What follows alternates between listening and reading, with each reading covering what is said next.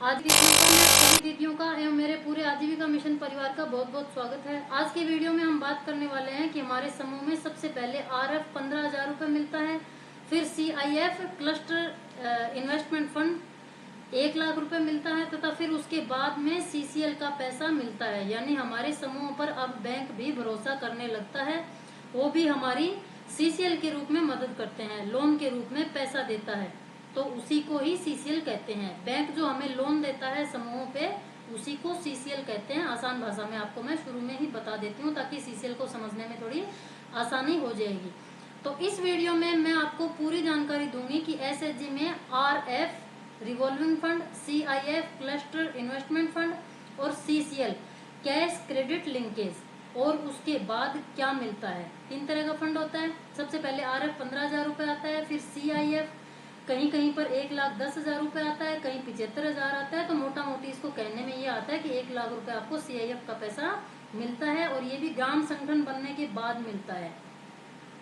CCL उसके बाद bank loan देने लग जाता है हमें, हमारे समूहों पर बैंक भी भरोसा करने लगता है, तो उसको CCL का पैसा बोलते हैं। जो बैंक हमारे समूह को लोन देता है उसको CCL बोलते हैं। और उसके बाद क्या मिलता है या इसके बाद भी कोई फंड या राशि समूह से मिलता है या नहीं, CCL करवाने से पहले क्या क्या सावधानी रखनी चाहिए, CCL करवाना चाहिए या नहीं करवाना चाहिए, बैंक CCL करवाने के बाद तथा पहले आपको क्या क्या बातें ध्यान में रखना चाहिए। बैंक CCL पर 7 से 8%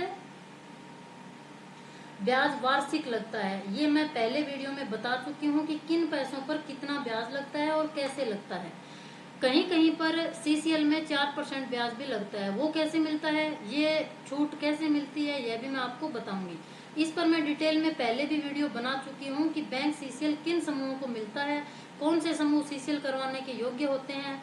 चैनल पर जाकर देख लीजिए, लिंक डिस्क्रिप्शन में भी दे दूंगी कि CCL क्या होता है। इसकी डिटेल में जानकारी पहले से भी मैं दे चुकी हूँ। ये पैसा समूह के कार्पस का 6 गुना मिलता है, या जितना भी कार्पस होता है उसका 6% लगभग 1 लाख रुपए तक बैंक आपको फर्स्ट टाइम समूह को लोन के रूप में दे देता है।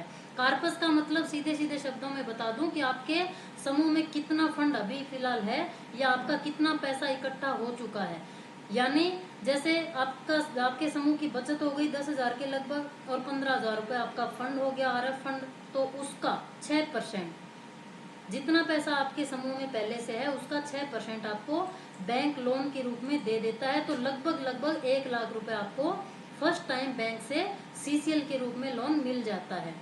RBI बैंक के निर्देशानुसार समूह को दिए CCL पर ब्याज 7% वार्षिक से अधिक नहीं हो सकता। अगर किसी बैंक की ब्याज दर 7% से अधिक है तो उसे सरकार द्वारा अधिकतम 5.5% ब्याज के अंतर को बैंकों को वापस किया जाएगा।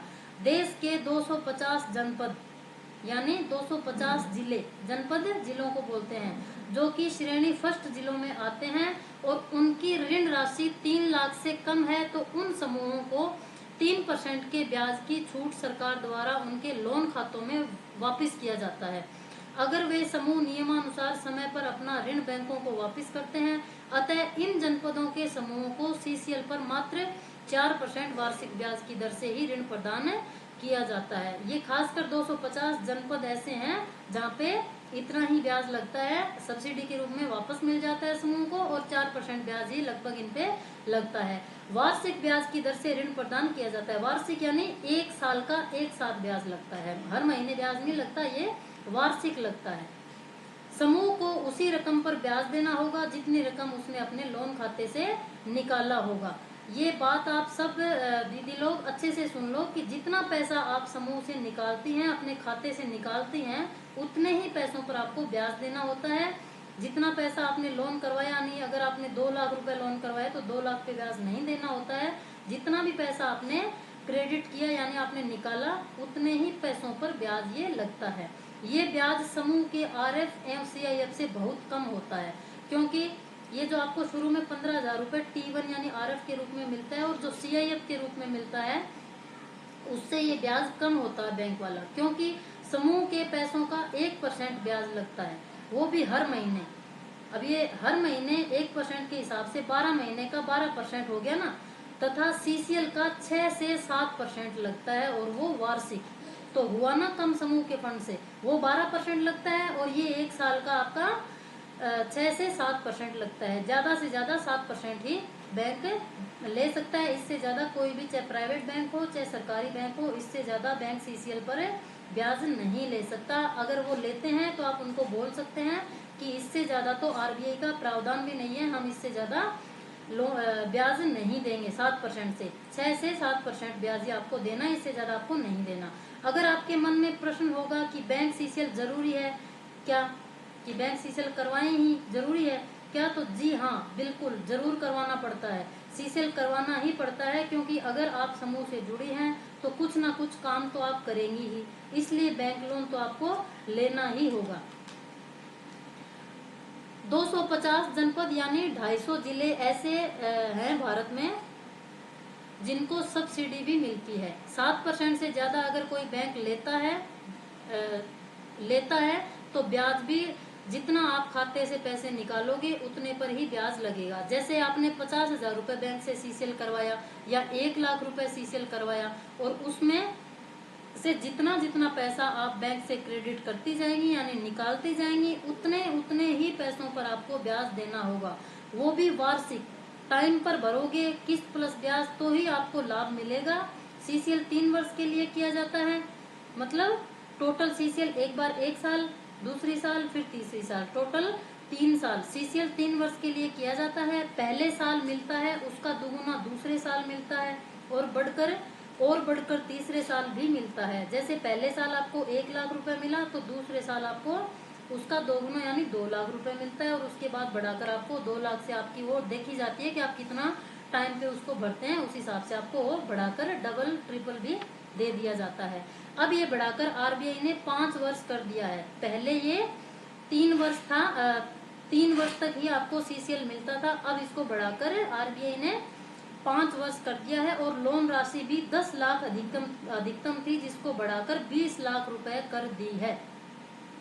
लास्ट अगस्त महीने में प्रधानमंत्री श्री नरेंद्र मोदी जी ने समूह की महिलाओं से बातचीत यानी संवाद करते हुए इसकी जानकारी खुद दी थी कि महिलाएं बहुत भरोसेमंद होती है, वो टाइम पर अपना बैंक को ब्याज प्लस किस्त देती है, पूरी जिम्मेदारी के साथ चीजों को संभालती है, इसलिए इसको 10 लाख से 20 लाख रुपए कर दिया गया था।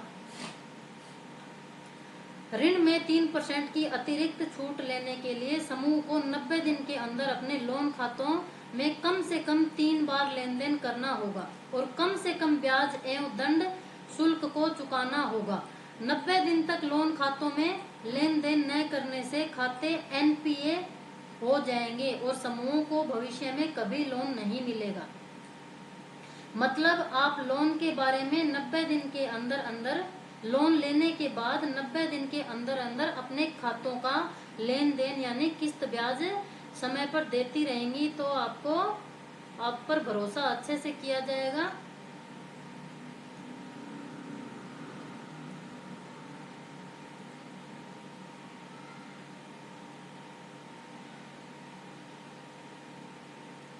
और आपको कंटिन्यू बैंक लोन देता रहेगा, और आप लेन देन करते रहेंगे, और दंड यानी पेनल्टी भी नहीं भरेंगे। ये 3% की छूट मिलेगी, यानी पेनल्टी भी आप तभी भरते हैं जब समय पर ब्याज प्लस किस्त नहीं देते हैं। अगर आप 90 दिन तक ऐसा नहीं करते हैं तो दोबारा आपको किसी भी प्रकार का पैसा या लोन आपके समूह को नहीं दिया जाएगा, एनपीए खाता हो जाएगा। इसका क्या मतलब होता है, देखो ये सब समूह की बीसी सखी जो होती हैं उनको पढ़ाया जाता है, समझाया जाता है ट्रेनिंग में, बैंक के लेन देन के बारे में।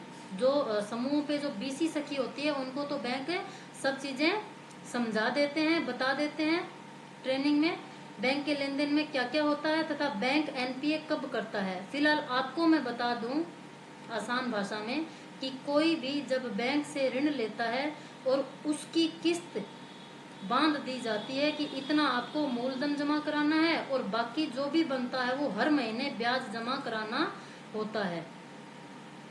यदि आप ये मूलधन प्लस ब्याज समय पर जमा नहीं करते हैं, 1 महीने नहीं किया, 2 महीने नहीं किया, 3 महीने तक भी नहीं किया, या इस तरह से आपने 90 दिन तक बैंक में ये ना किस्त जमा कर रहे हैं और ना ही ब्याज वापस कर रहे हैं, बिल्कुल भी लेन देन नहीं कर रहे हैं तो बैंक में बिल्कुल भी गए ही नहीं। 90 दिन तक आपने ना पैसा जमा करवाया और ना मूलधन ना ब्याज किसी प्रकार का लेन देन नहीं किया तो खाता आपका एनपीए हो जाएगा। एनपीए मतलब बैंक का पैसा वापस दिया नहीं, यानी अतिदेय खाता हो जाएगा।